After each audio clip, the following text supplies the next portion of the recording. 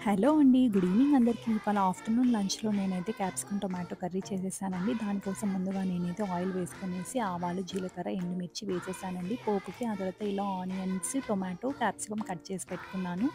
ఆ తర్వాత onion, ginger garlic paste వేసేసి ఆనియన్ బ్రౌన్ కలర్ వచ్చిన తర్వాత ఇలా కట్ చేసి పెట్టుకున్న టొమాటో, క్యాప్సికమ్ వచ్చేసి మిక్స్ చేసేసుకోవాలండి. నెక్స్ట్ అయితే మనం టేస్ట్‌కి సరిపడా సాల్ట్ అలాగే పసుపు వేసేసుకోవాలి. వేసుకున్న తర్వాత నెక్స్ట్ ఇక ఏముంటుందండి కారం పొడి, ధనియాల పొడి వేసేసుకోవాలి. అలాగే కోకోనట్ పౌడర్ కూడా వేసుకోవాలండి. 1 టేబుల్ స్పూన్ ఇవన్నీ వేసుకున్న తర్వాత 1 గ్లాస్ ఆఫ్ వాటర్ వేసేసుకున్నామనుకోండి. ఆ వాటర్‌కి మొత్తం అంతా కూడా బాగా వేడైపోతుందండి. మనకు క్యాప్సికమ్ బాగా ఉడికిపోతుంది. అంతే అండి. లాస్ట్‌లో ఇక కొత్తిమీర వేసేసుకొని సర్వ్ చేసేసుకోవడమే. చపాతీల్లోకి, వైట్ రైస్‌లో కూడా చాలా బావుంటుందండి.